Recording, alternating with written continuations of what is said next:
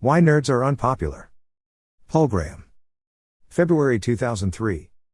Narrated by Skeptical Waves. When we were in junior high school, my friend Rich and I made a map of the school lunch tables according to popularity. This was easy to do, because kids only ate lunch with others of about the same popularity. We graded them from A to E. A tables were full of football players and cheerleaders and so on. E tables contained the kids with mild cases of Down syndrome, what in the language of the time we called retards. We sat at a D table, as low as you could get without looking physically different. We were not being especially candid to grade ourselves as D. It would have taken a deliberate lie to say otherwise. Everyone in the school knew exactly how popular everyone else was, including us. My stock gradually rose during high school. Puberty finally arrived. I became a decent soccer player. I started a scandalous underground newspaper. So I've seen a good part of the popularity landscape. I know a lot of people who were nerds in school, and they all tell the same story. There is a strong correlation between being smart and being a nerd, and an even stronger inverse correlation between being a nerd and being popular. Being smart seems to make you unpopular. Why? To someone in school now, that may seem an odd question to ask. The mere fact is so overwhelming that it may seem strange to imagine that it could be any other way. But it could. Being smart doesn't make you an outcast in elementary school. Nor does it harm you in the real world. Nor, as far as I can tell, is the problem so bad in most other countries. But in a typical American secondary school, being smart is likely to make your life difficult. Why? The key to this mystery is to rephrase the question slightly. Why don't smart kids make themselves popular? If they're so smart, why don't they figure out how popularity works and beat the system, just as they do for standardized tests? One argument says that this would be impossible, that the smart kids are unpopular because the other kids envy them for being smart, and nothing they could do could make them popular. I wish. If the other kids in junior high school envied me, they did a great job of concealing it. And in any case, if being smart were really an enviable quality, the girls would have broken ranks. The guys that guys envy, girls like. In the schools I went to, being smart just didn't matter much. Kids didn't admire it or despise it.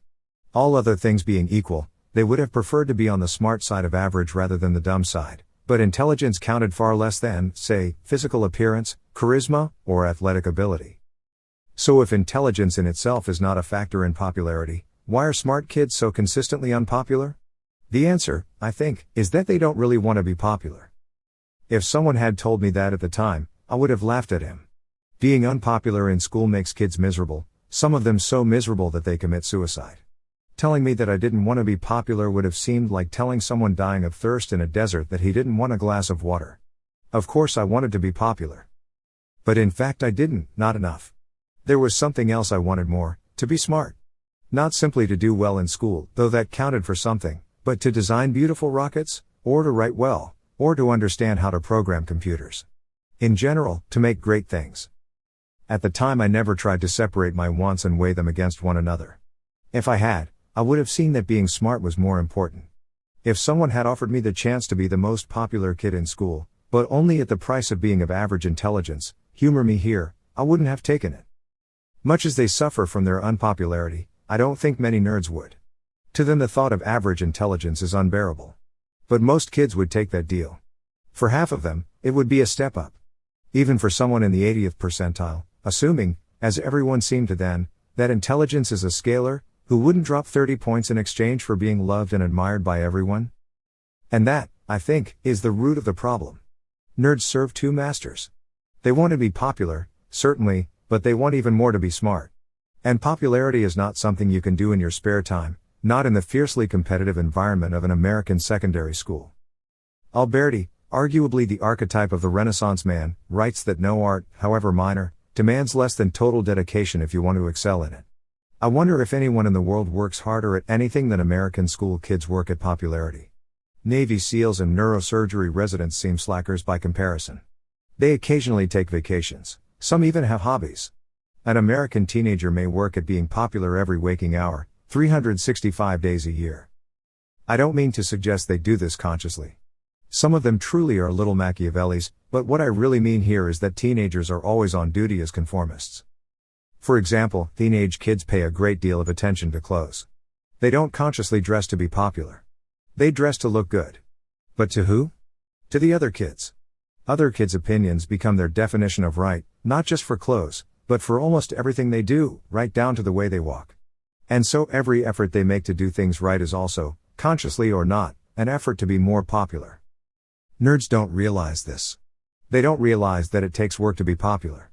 In general, people outside some very demanding field don't realize the extent to which success depends on constant, though often unconscious, effort. For example, most people seem to consider the ability to draw as some kind of innate quality, like being tall. In fact, most people who can draw like drawing, and have spent many hours doing it, that's why they're good at it. Likewise, popular isn't just something you are or you aren't, but something you make yourself. The main reason nerds are unpopular is that they have other things to think about. Their attention is drawn to books or the natural world, not fashions and parties. They're like someone trying to play soccer while balancing a glass of water on his head. Other players who can focus their whole attention on the game beat them effortlessly, and wonder why they seem so incapable. Even if nerds cared as much as other kids about popularity, being popular would be more work for them. The popular kids learn to be popular, and to want to be popular, the same way the nerds learn to be smart, and to want to be smart, from their parents. While the nerds were being trained to get the right answers, the popular kids were being trained to please. So far I've been finessing the relationship between smart and nerd, using them as if they were interchangeable. In fact, it's only the context that makes them so. A nerd is someone who isn't socially adept enough. But enough depends on where you are. In a typical American school, standards for coolness are so high, or at least, so specific, that you don't have to be especially awkward to look awkward by comparison. Few smart kids can spare the attention that popularity requires. Unless they also happen to be good-looking, natural athletes, or siblings of popular kids, they'll tend to become nerds. And that's why smart people's lives are worst between, say, the ages of 11 and 17. Life at that age revolves far more around popularity than before or after. Before that, kids' lives are dominated by their parents, not by other kids. Kids do care what their peers think in elementary school, but this isn't their whole life, as it later becomes. Around the age of 11, though, kids seem to start treating their family as a day job. They create a new world among themselves, and standing in this world is what matters, not standing in their family. Indeed, being in trouble in their family can win them points in the world they care about. The problem is, the world these kids create for themselves is at first a very crude one. If you leave a bunch of 11-year-olds to their own devices, what you get is Lord of the Flies. Like a lot of American kids, I read this book in school. Presumably it was not a coincidence. Presumably someone wanted to point out to us that we were savages, and that we had made ourselves a cruel and stupid world. This was too subtle for me. While the book seemed entirely believable, I didn't get the additional message. I wish they had just told us outright that we were savages and our world was stupid. Nerds would find their unpopularity more bearable if it merely caused them to be ignored. Unfortunately, to be unpopular in school is to be actively persecuted. Why? Once again, anyone currently in school might think this a strange question to ask. How could things be any other way? But they could be. Adults don't normally persecute nerds. Why do teenage kids do it? Partly because teenagers are still half children, and many children are just intrinsically cruel. Some torture nerds for the same reason they pull the legs off spiders. Before you develop a conscience, torture is amusing. Another reason kids persecute nerds is to make themselves feel better. When you tread water, you lift yourself up by pushing water down. Likewise, in any social hierarchy, people unsure of their own position will try to emphasize it by maltreating those they think rank below. I've read that this is why poor whites in the United States are the group most hostile to blacks. But I think the main reason other kids persecute nerds is that it's part of the mechanism of popularity. Popularity is only partially about individual attractiveness. It's much more about alliances. To become more popular, you need to be constantly doing things that bring you close to other popular people, and nothing brings people closer than a common enemy. Like a politician who wants to distract voters from bad times at home, you can create an enemy if there isn't a real one. By singling out and persecuting a nerd, a group of kids from higher in the hierarchy create bonds between themselves. Attacking an outsider makes them all insiders. This is why the worst cases of bullying happen with groups. Ask any nerd, you get much worse treatment from a group of kids than from any individual bully, however sadistic. If it's any consolation to the nerds, it's nothing personal. The group of kids who band together to pick on you are doing the same thing, and for the same reason, as a bunch of guys who get together to go hunting. They don't actually hate you. They just need something to chase. Because they're at the bottom of the scale, nerds are a safe target for the entire school. If I remember correctly, The most popular kids don't persecute nerds, they don't need to stoop to such things. Most of the persecution comes from kids lower down, the nervous middle classes. The trouble is, there are a lot of them. The distribution of popularity is not a pyramid, but tapers at the bottom like a pear. The least popular group is quite small. I believe we were the only D table in our cafeteria map, so there are more people who want to pick on nerds than there are nerds. As well as gaining points by distancing oneself from unpopular kids, one loses points by being close to them. A woman I know says that in high school she liked nerds, but was afraid to be seen talking to them because the other girls would make fun of her. Unpopularity is a communicable disease. Kids too nice to pick on nerds will still ostracize them in self-defense. It's no wonder, then, that smart kids tend to be unhappy in middle school and high school.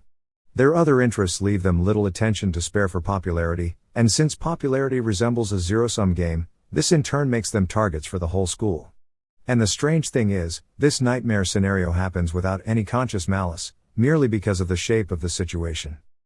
For me, the worst stretch was junior high, when kid culture was new and harsh, and the specialization that would later gradually separate the smarter kids had barely begun. Nearly everyone I've talked to agrees, the nadir is somewhere between 11 and 14. In our school it was 8th grade, which was ages 12 and 13 for me. There was a brief sensation that year when one of our teachers overheard a group of girls waiting for the school bus, and was so shocked that the next day she devoted the whole class to an eloquent plea not to be so cruel to one another. It didn't have any noticeable effect. What struck me at the time was that she was surprised. You mean she doesn't know the kind of things they say to one another? You mean this isn't normal? It's important to realize that, no, the adults don't know what the kids are doing to one another. They know, in the abstract, that kids are monstrously cruel to one another, just as we know in the abstract that people get tortured in poorer countries. But, like us, they don't like to dwell on this depressing fact, and they don't see evidence of specific abuses unless they go looking for it. Public school teachers are in much the same position as prison wardens. Wardens' main concern is to keep the prisoners on the premises. They also need to keep them fed, and as far as possible prevent them from killing one another. Beyond that, they want to have as little to do with the prisoners as possible, so they leave them to create whatever social organization they want. From what I've read, the society that the prisoners create is warped, savage, and pervasive, and it is no fun to be at the bottom of it. In outline, it was the same at the schools I went to. The most important thing was to stay on the premises. While there, the authorities fed you, prevented overt violence, and made some effort to teach you something. But beyond that, they didn't want to have too much to do with the kids. Like prison wardens, the teachers mostly left us to ourselves. And, like prisoners, the culture we created was barbaric. Why is the real world more hospitable to nerds? It might seem that the answer is simply that it's populated by adults, who are too mature to pick on one another. But I don't think this is true. Adults in prison certainly pick on one another. And so, apparently, do society wives. In some parts of Manhattan, life for women sounds like a continuation of high school, with all the same petty intrigues. I think the important thing about the real world is not that it's populated by adults, but that it's very large, and the things you do have real effects. That's what school, prison, and ladies who lunch all lack. The inhabitants of all those worlds are trapped in little bubbles where nothing they do can have more than a local effect. Naturally, these societies degenerate into savagery. They have no function for their form to follow. When the things you do have real effects, it's no longer enough just to be pleasing. It starts to be important to get the right answers, and that's where nerds show to advantage. Bill Gates will of course come to mind. Though notoriously lacking in social skills, he gets the right answers, at least as measured in revenue. The other thing that's different about the real world is that it's much larger. In a large enough pool, even the smallest minorities can achieve a critical mass if they clump together. Out in the real world, nerds collect in certain places and form their own societies where intelligence is the most important thing. Sometimes the current even starts to flow in the other direction. Sometimes, particularly in university math and science departments, nerds deliberately exaggerate their awkwardness in order to seem smarter. John Nash so admired Norbert Wiener that he adopted his habit of touching the wall as he walked down a corridor. As a 13-year-old kid, I didn't have much more experience of the world than what I saw immediately around me. The warped little world we lived in was, I thought, the world. The world seemed cruel and boring, and I'm not sure which was worse. Because I didn't fit into this world, I thought that something must be wrong with me. I didn't realize that the reason we nerds didn't fit in was that in some ways we were a step ahead. We were already thinking about the kind of things that matter in the real world, instead of spending all our time playing an exacting but mostly pointless game like the others. We were a bit like an adult would be if he were thrust back into middle school. He wouldn't know the right clothes to wear, the right music to like, the right slang to use. He'd seem to the kids a complete alien. The thing is, he'd know enough not to care what they thought. We had no such confidence. A lot of people seem to think it's good for smart kids to be thrown together with normal kids at this stage of their lives. Perhaps. But in at least some cases the reason the nerds don't fit in really is that everyone else is crazy. I remember sitting in the audience at a pep rally at my high school, watching as the cheerleaders threw an effigy of an opposing player into the audience to be torn to pieces. I felt like an explorer witnessing some bizarre tribal ritual. If I could go back and give my 13-year-old self some advice, the main thing I'd tell him would be to stick his head up and look around. I didn't really grasp it at the time, but the whole world we lived in was as fake as a Twinkie. Not just school, but the entire town. Why do people move to suburbia? To have kids. So no wonder it seemed boring and sterile. The whole place was a giant nursery, an artificial town created explicitly for the purpose of breeding children. Where I grew up, it felt as if there was nowhere to go, and nothing to do. This was no accident. Suburbs are deliberately designed to exclude the outside world, because it contains things that could endanger children. And as for the schools, they were just holding pens within this fake world. Officially, the purpose of schools is to teach kids. In fact, their primary purpose is to keep kids locked up in one place for a big chunk of the day so adults can get things done. And I have no problem with this. In a specialized industrial society, it would be a disaster to have kids running around loose. What bothers me is not that the kids are kept in prisons, but that, A, they aren't told about it, and B, the prisons are run mostly by the inmates. Kids are sent off to spend 6 years memorizing meaningless facts in a world ruled by a cast of giants who run after an oblong brown ball, as if this were the most natural thing in the world. And if they balk at this surreal cocktail, they're called misfits. Life in this twisted world is stressful for the kids. And not just for the nerds. Like any war, it's damaging even to the winners. Adults can't avoid seeing that teenage kids are tormented. So why don't they do something about it? Because they blame it on puberty.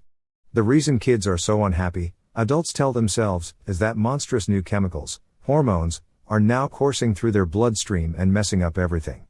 There's nothing wrong with the system, it's just inevitable that kids will be miserable at that age. This idea is so pervasive that even the kids believe it, which probably doesn't help. Someone who thinks his feet naturally hurt is not going to stop to consider the possibility that he is wearing the wrong size shoes. I'm suspicious of this theory that 13-year-old kids are intrinsically messed up. If it's physiological, it should be universal. Are Mongol nomads all nihilists at 13? I've read a lot of history, and I have not seen a single reference to this supposedly universal fact before the 20th century. Teenage apprentices in the Renaissance seem to have been cheerful and eager. They got in fights and played tricks on one another, of course. Michelangelo had his nose broken by a bully, but they weren't crazy. As far as I can tell, the concept of the hormone-crazed teenager is coeval with suburbia. I don't think this is a coincidence. I think teenagers are driven crazy by the life they're made to lead. Teenage apprentices in the Renaissance were working dogs. Teenagers now are neurotic lapdogs. Their craziness is the craziness of the idle everywhere. When I was in school, suicide was a constant topic among the smarter kids. No one I knew did it, but several planned to, and some may have tried. Mostly this was just a pose. Like other teenagers, we loved the dramatic, and suicide seemed very dramatic. But partly it was because our lives were at times genuinely miserable. Bullying was only part of the problem. Another problem, and possibly an even worse one, was that we never had anything real to work on. Humans like to work. In most of the world, your work is your identity. And all the work we did was pointless, or seemed so at the time. At best it was practice for real work we might do far in the future, so far that we didn't even know at the time what we were practicing for. More often it was just an arbitrary series of hoops to jump through, words without content designed mainly for testability. The three main causes of the Civil War were. Test, list the three main causes of the Civil War. And there was no way to opt out. The adults had agreed among themselves that this was to be the route to college. The only way to escape this empty life was to submit to it. Teenage kids used to have a more active role in society. In pre-industrial times, they were all apprentices of one sort or another, whether in shops or on farms or even on warships. They weren't left to create their own societies. They were junior members of adult societies. Teenagers seemed to have respected adults more then, because the adults were the visible experts in the skills they were trying to learn. Now most kids have little idea what their parents do in their distant offices, and see no connection. Indeed, there is precious little between schoolwork and the work they'll do as adults. And if teenagers respected adults more, adults also had more use for teenagers. After a couple years training, an apprentice could be a real help. Even the newest apprentice could be made to carry messages or sweep the workshop. Now adults have no immediate use for teenagers. They would be in the way in an office. So they drop them off at school on their way to work, much as they might drop the dog off at a kennel if they were going away for the weekend. What happened? We're up against a hard one here. The cause of this problem is the same as the cause of so many present ills: specialization. As jobs become more specialized, we have to train longer for them. Kids in pre-industrial times started working at about 14 at the latest. Kids on farms, where most people lived, began far earlier. Now kids who go to college don't start working full-time till 21 or 22.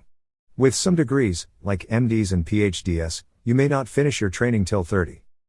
Teenagers now are useless, except as cheap labor in industries like fast food, which evolved to exploit precisely this fact. In almost any other kind of work, they'd be a net loss. But they're also too young to be left unsupervised. Someone has to watch over them, and the most efficient way to do this is to collect them together in one place. Then a few adults can watch all of them. If you stop there, what you're describing is literally a prison, albeit a part-time one. The problem is, many schools practically do stop there. The stated purpose of schools is to educate the kids. But there is no external pressure to do this well.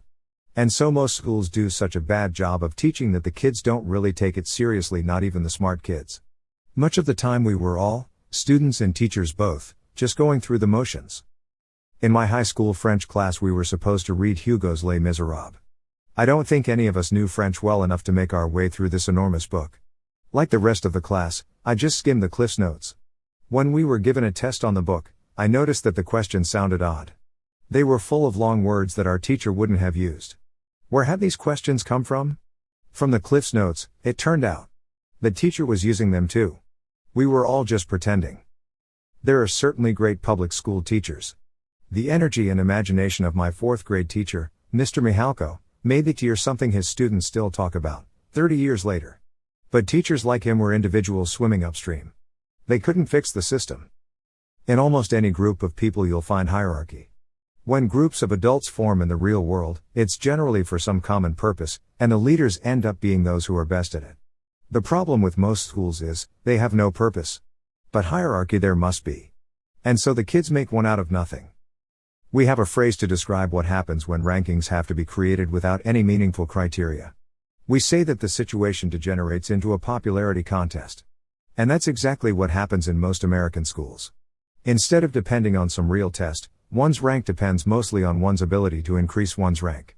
It's like the court of Louis XIV. There is no external opponent, so the kids become one another's opponents. When there is some real external test of skill, it isn't painful to be at the bottom of the hierarchy. A rookie on a football team doesn't resent the skill of the veteran. He hopes to be like him one day and is happy to have the chance to learn from him. The veteran may in turn feel a sense of noblesse oblige. And most importantly, their status depends on how well they do against opponents, not on whether they can push the other down. Court hierarchies are another thing entirely. This type of society debases anyone who enters it. There is neither admiration at the bottom, nor noblesse oblige at the top. It's kill or be killed. This is the sort of society that gets created in American secondary schools. And it happens because these schools have no real purpose beyond keeping the kids all in one place for a certain number of hours each day. What I didn't realize at the time, and in fact didn't realize till very recently, is that the twin horrors of school life, the cruelty and the boredom, both have the same cause. The mediocrity of American public schools has worse consequences than just making kids unhappy for 6 years. It breeds a rebelliousness that actively drives kids away from the things they're supposed to be learning. Like many nerds, probably, it was years after high school before I could bring myself to read anything we'd been assigned then. And I lost more than books. I mistrusted words like character and integrity because they had been so debased by adults. As they were used then, these words all seemed to mean the same thing: obedience. The kids who got praised for these qualities tended to be at best dull-witted prize bulls, and at worst facile schmoozers.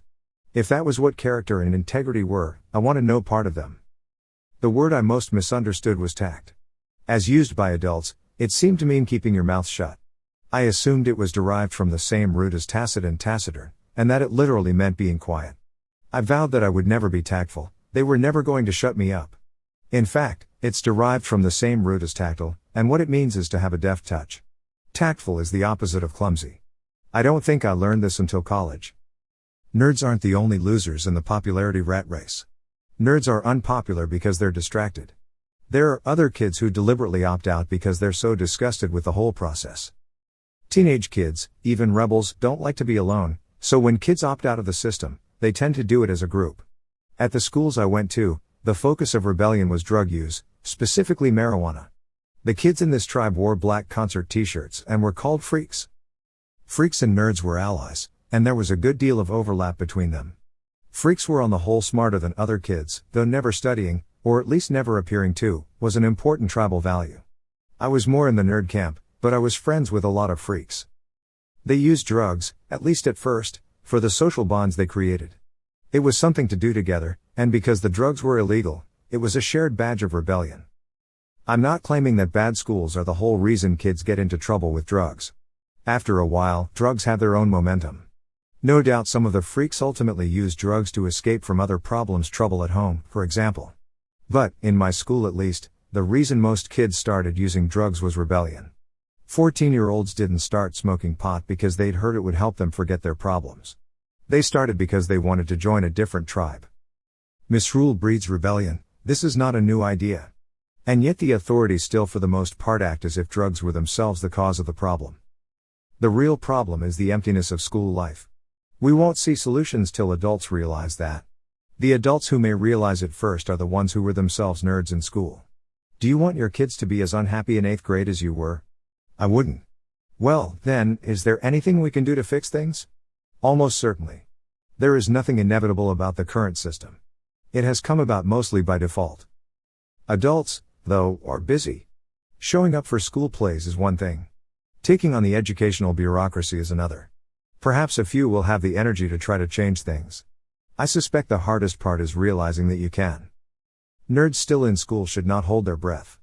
Maybe one day a heavily armed force of adults will show up in helicopters to rescue you, but they probably won't be coming this month.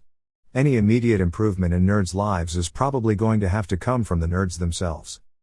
Merely understanding the situation there and should make it less painful.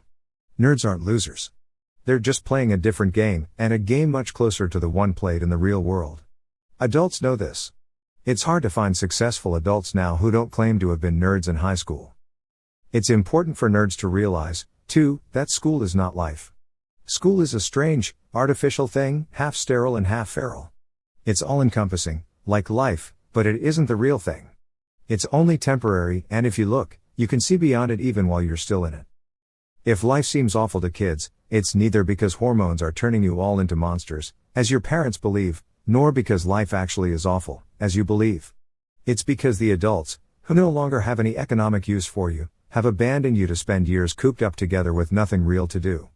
Any society of that type is awful to live in. You don't have to look any further to explain why teenage kids are unhappy. I've said some harsh things in this essay, but really the thesis is an optimistic one that several problems we take for granted are in fact not insoluble after all. Teenage kids are not inherently unhappy monsters. That should be encouraging news to kids and adults both. Thanks to Sarah Harlan, Trevor Blackwell, Robert Morris, Eric Raymond, and Jackie Weicker for reading drafts of this essay, and Maria Daniels for scanning photos. Afterward. Many people have written to me about why nerds are unpopular, and many more seem to be posting about it on various websites. Here are answers to some of the points they've raised. It wasn't like that at my school. Some of my friends who went to private schools or to one of the small number of really good public school systems say that things were very different for them. What I'm talking about in this essay is the situation in the average American public secondary school. I feel confident that I understand that, because I went to them. The scary thing is, the schools I went to were probably above average. My parents chose the suburb we lived in because the schools were said to be good. As newly arrived immigrants from England, they had no idea how bad good was. I knew smart kids who weren't nerds. Smart kids don't necessarily turn into nerds. If you're good looking, a natural athlete, or the sibling of a popular kid, you'll automatically be popular. But most popular kids don't get that kind of free ride. They have to work at being popular. And if you're interested in, say, physics, you won't have the time to spare. I also think girls are less likely to become nerds than boys of equal intelligence, possibly because they're more sensitive to social pressures. In my school, at least, girls made more of an effort to conform than boys. Things are different now. Now it's cool to be an outsider. In my school, it was cool to be a certain kind of outsider, but not a nerd. A guy who was tall and broad-shouldered who dressed weirdly as a sign of rebellion was cool. A guy who was small with a receding chin and big glasses who dressed weirdly because his mom picked out his clothes was not. I expect this is still true today. Are smart kids' brains different? A couple people have said that there might be something neurologically different about smart people, i.e. that the reason smart kids spend their time reading books instead of talking to friends is not so much that they like books as that they don't like people. In the essay I deliberately avoided taking any stand on this. I merely said that they like the one more than the other, without attempting to explain why.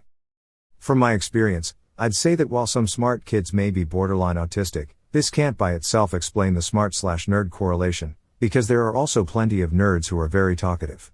Indeed, one of the most characteristic nerd flaws is an addiction to newsgroup posting. Nerds deserve it. Another thing several people have said is that nerds deserve to be unpopular because they're so unpleasant. This is often true.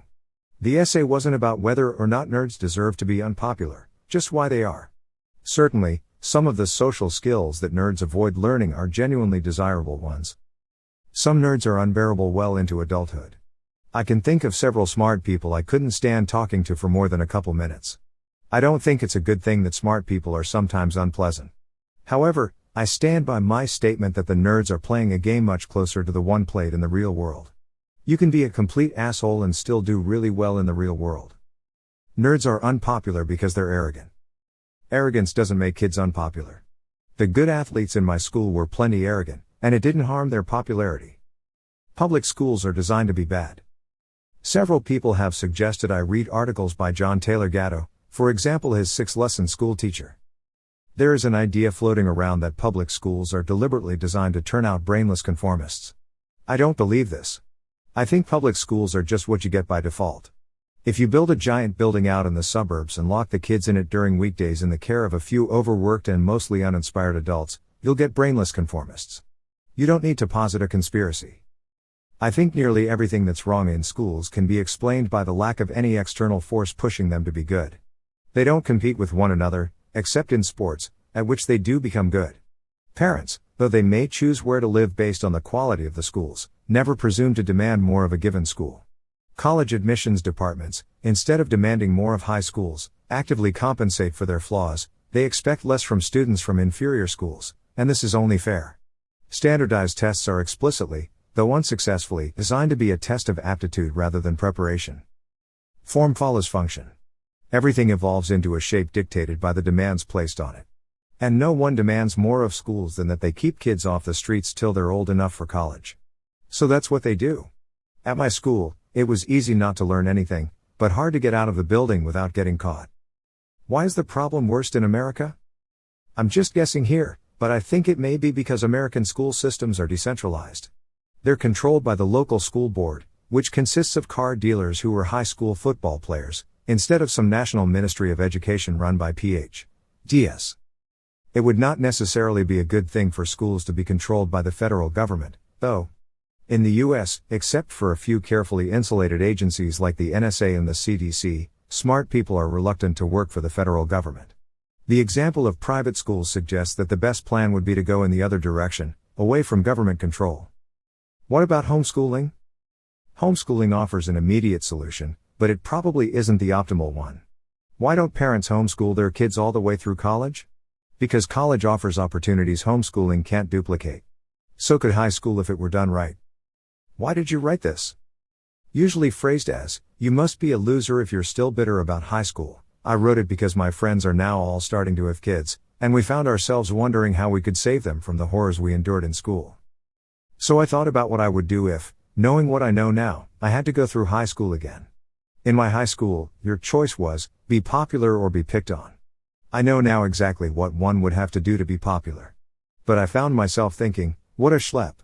It would be like being a politician, putting in endless hours of FaceTime to make oneself liked. So I realized that even knowing exactly what to do to be popular, I wouldn't be able to make myself do it. I'd be off in the library, just as I was the first time through high school. How can I be more popular in school? Are you sure you want to be? One of the points of why nerds are unpopular is that smart kids are unpopular because they don't waste their time on the dumb stuff you need to do to be popular. Do you want to start doing dumb stuff?